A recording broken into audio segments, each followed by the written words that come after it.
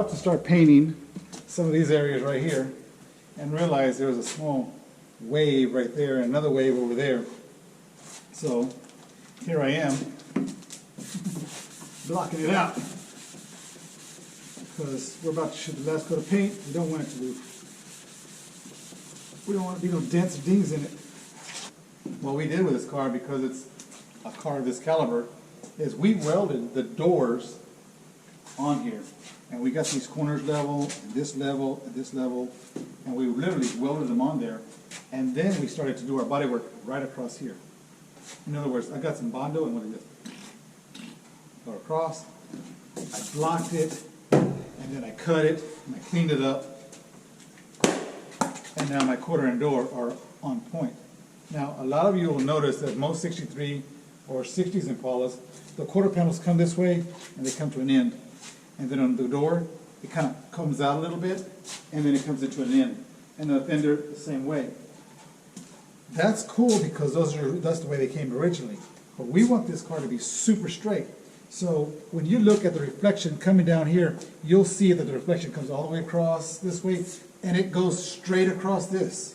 Literally, straight across it. It doesn't come to an end, it doesn't go over, it literally comes straight across. The reflection just goes from one side to the other, like literally like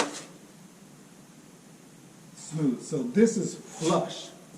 So when you see the car, you're like, man, that car's straight. But it's because they went the extra mile to make it straight. Because I'm telling you, they don't come like this originally. And that's just the little extra things that we do for cars like this, because it isn't all just about the paint job.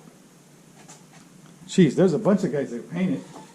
But it's the guy that makes sure this is done here and that's done there. And that these doors, you know, open up nice and easy.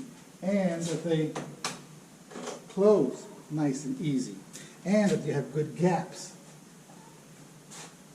Everything counts.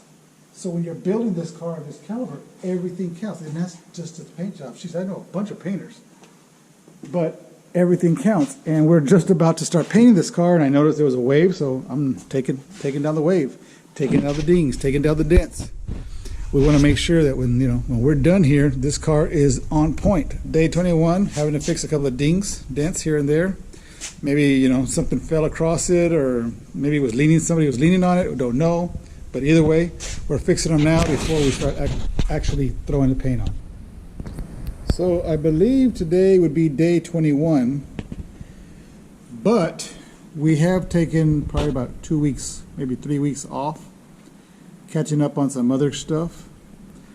And while we've been doing that, the pinstriper guy came in and pinstriped some areas and did some gold leafing. As you can see, he did some gold leafing here. He did this gold leafing actually in silver, and then we shot some candy violet over it, and then we added the purple pinstripe around it. He probably spent about 3 or 4 days doing some pinstriping on all this. Never mind the yellow part.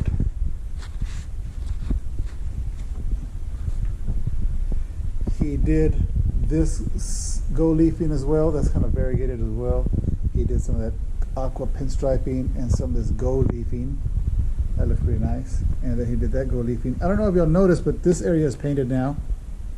And it was silver, but now it's like a yellow to orange. And here we added this silver with candy violet over it. We added this gold, this gold, this gold, this gold, this gold. And you can see that gold right there. The aqua pinstriping.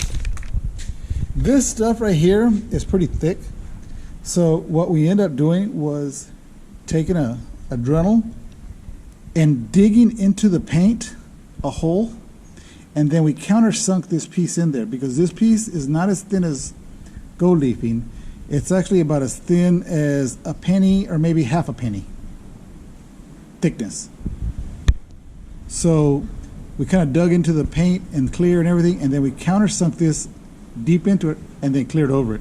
But we also used some super glue to hold it in there. So let me show you what that thing looks like. Oh man, that thing looks pretty. I mean, it It looks so cool. I mean, it's something that you don't see in cars or lowriders, because this will probably be the first time you ever see something like this, at least on a car. I've never seen it on any car. I actually got this idea from a man in Japan that was working with motorcycles. His name was King Motorcycles, King something. You can find it if you look him on Facebook. But I took his idea and I ran with it and decided to do something like this right here, and kind of use a different procedure than the way he used it. But he does great work. I saw it, it was awesome, and I just took his idea and ran with it and made my own idea. The center part of the hood, roof, and trunk are pretty much done.